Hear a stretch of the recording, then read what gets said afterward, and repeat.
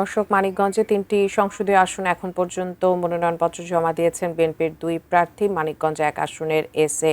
জিনা কবির ও মানিকগঞ্জ ২ আসনের মইনুল ইসলাম খান। এ বিষয়ে বিস্তারিত জানাতে জেলা রিটার্নিং অফিসার কার্যালয় থেকে সরাসরি যুক্ত হচ্ছে মানিকগঞ্জ প্রতিনিধি মোহাম্মদ সুজন খন্দকারের কাছে। সুজন খন্দকার, এখন পর্যন্ত আমরা বিএনপি মনোনীত ২ জন প্রার্থীর কথা জানতে পেরেছি। এছাড়া অন্যান্য দলের আর কারা কারা জমা দিয়েছেন মনোনয়নপত্র জানাবেন। ধন্যবাদ আপনাকে।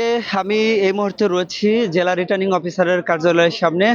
আপনি ঠিক আমার পিছনে দেখতে পাচ্ছেন এখানে একটা উৎসব মুখর পরিবেশ কিন্তু তৈরি হয়েছে ত্রয়োদশ জাতীয় সংসদ নির্বাচনকে ঘিরে।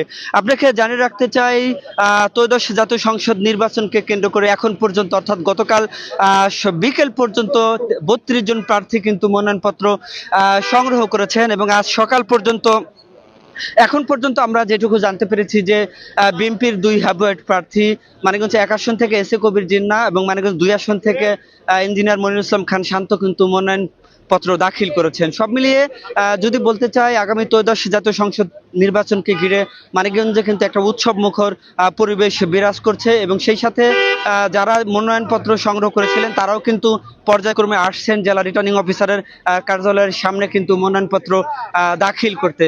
যে এই ছিল মানিকগঞ্জ থেকে আমার কাছে সর্বশেষ। এজমা। ধন্যবাদ।